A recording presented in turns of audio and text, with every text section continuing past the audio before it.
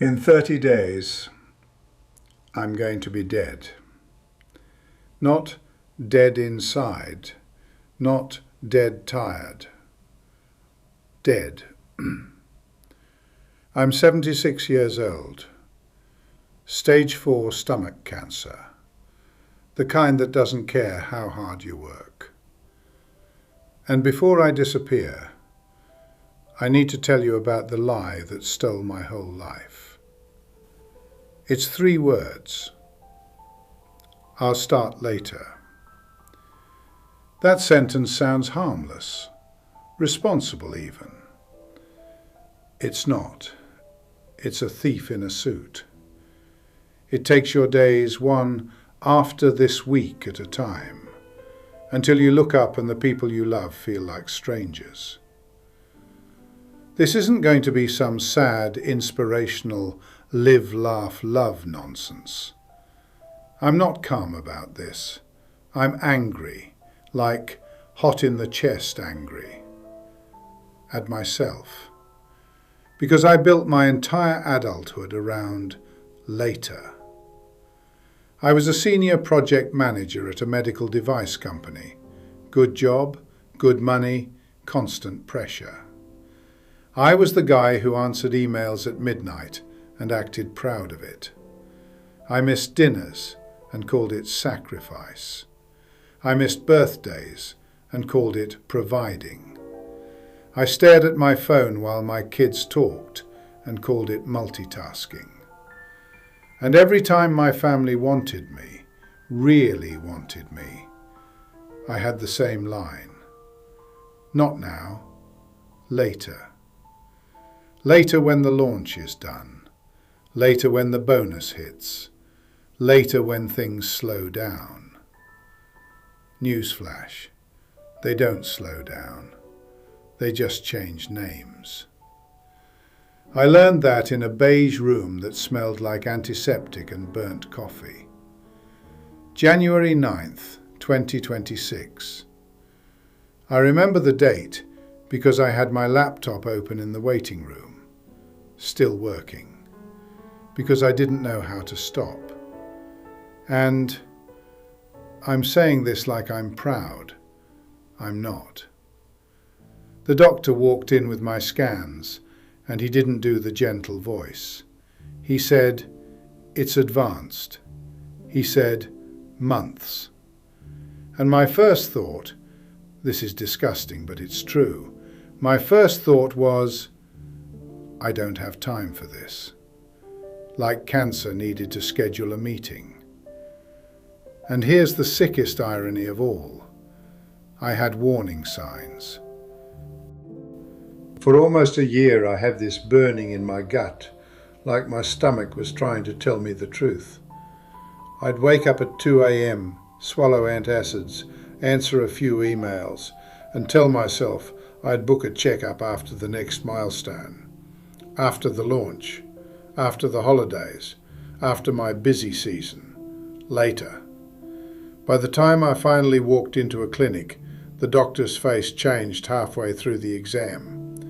That's when you know you waited too long. So yeah, sometimes I'll start later doesn't just steal moments.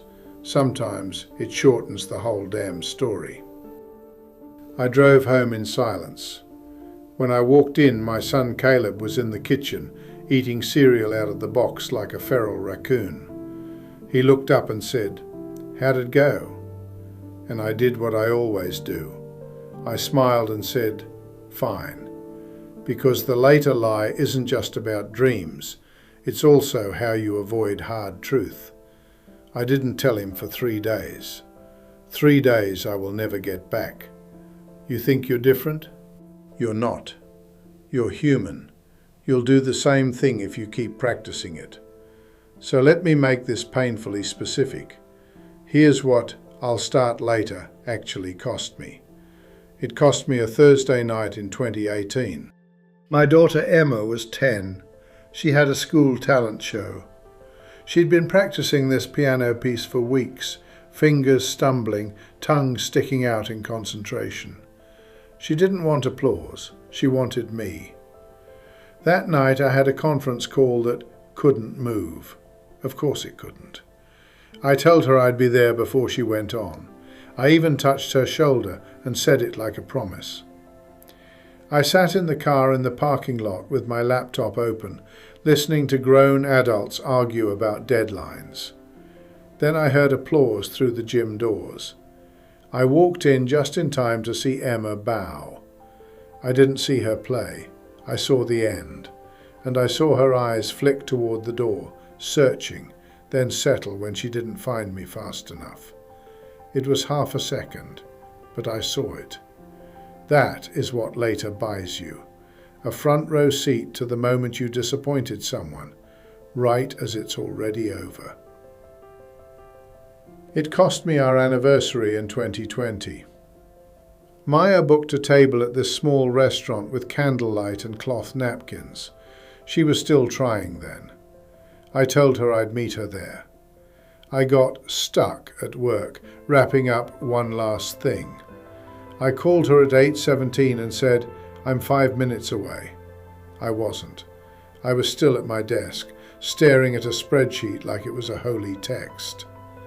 When I finally showed up, she was gone. The check was paid, the candle was melted down to a sad puddle. When I got home, she didn't scream, she didn't cry. She just said, quiet as a knife, "I don't want to compete with your job anymore." And I said it, the magic sentence. "After this project, I'll change." She nodded, not because she believed me, because she was tired. And the project ended and another started, and she stopped asking for dates. That's the part nobody warns you about. When you keep choosing later, people eventually stop offering you now. It cost me a phone call in 2016. June 3rd, 2016. I was in an airport, walking fast, pretending I was important. My dad, Ray, called while I was boarding. I watched the phone buzz in my hand and thought, I'll call him back after takeoff. He left a voicemail. "Hey, buddy, I found that old tackle box of yours. Thought maybe we could hit the lake this weekend, just you and me. Call me when you land." Just you and me. Do you know how rare that is? Your dad asking for time when he could be doing anything else?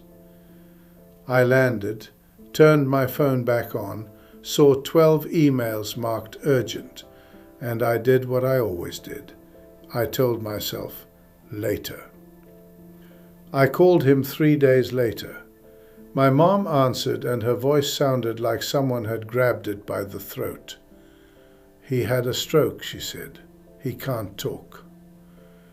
Ray lived another 11 months. He was awake. He knew who I was.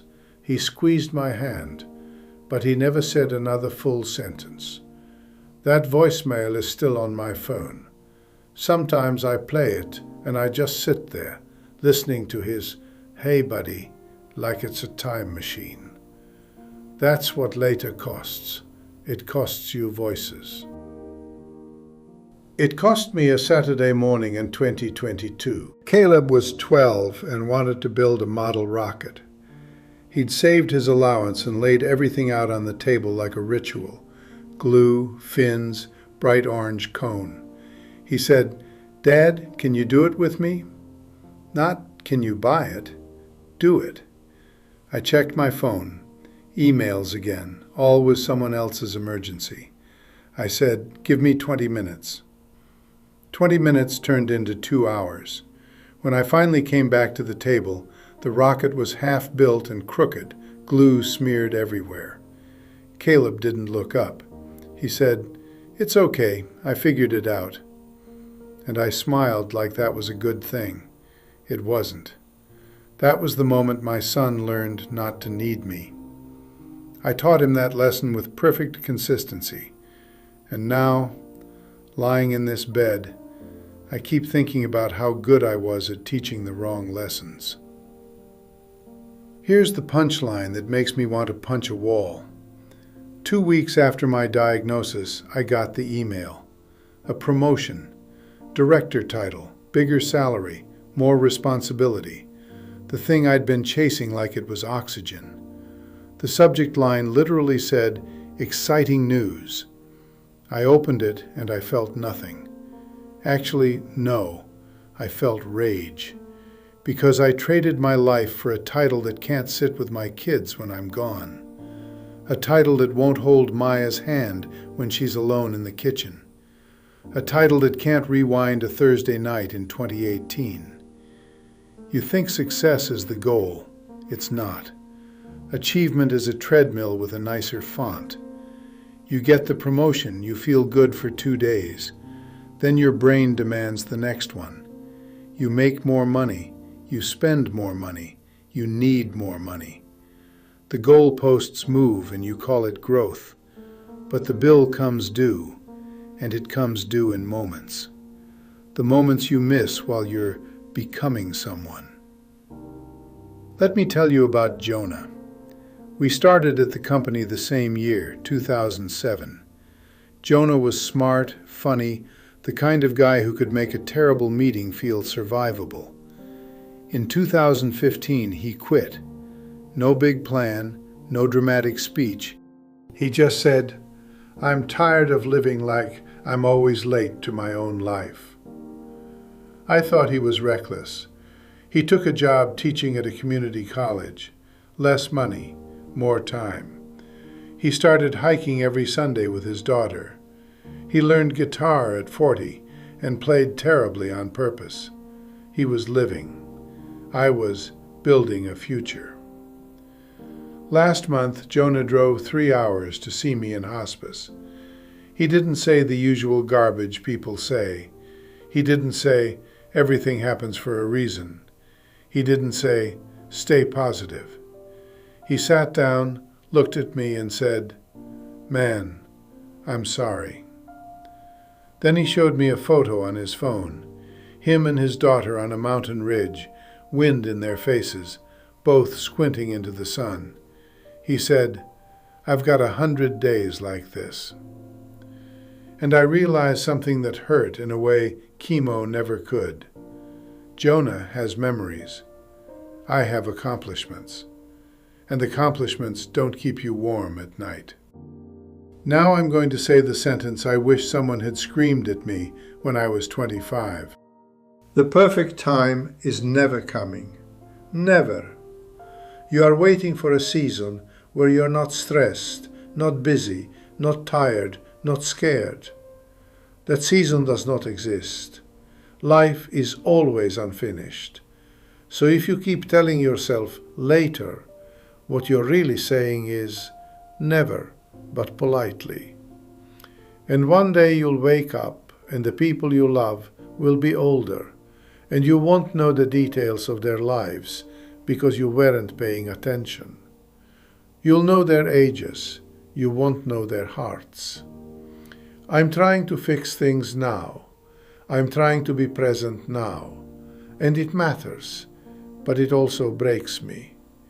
Because presence at the end feels like showing up to a party after everyone's already cleaned up. You can't hug time. You can't apologize your way back into missed years. So I'm going to turn my anger into something useful and hand it to you. Here's what you do today, not tomorrow, not after this week, today. Pick one person you love and give them 10 minutes of real attention. Phone down, eyes up, no multitasking. 10 minutes where you actually listen like you might never get another. Because one day you won't. And pick one thing you keep postponing because you're scared. The trip, the class, the conversation, the apology. Do the first step today.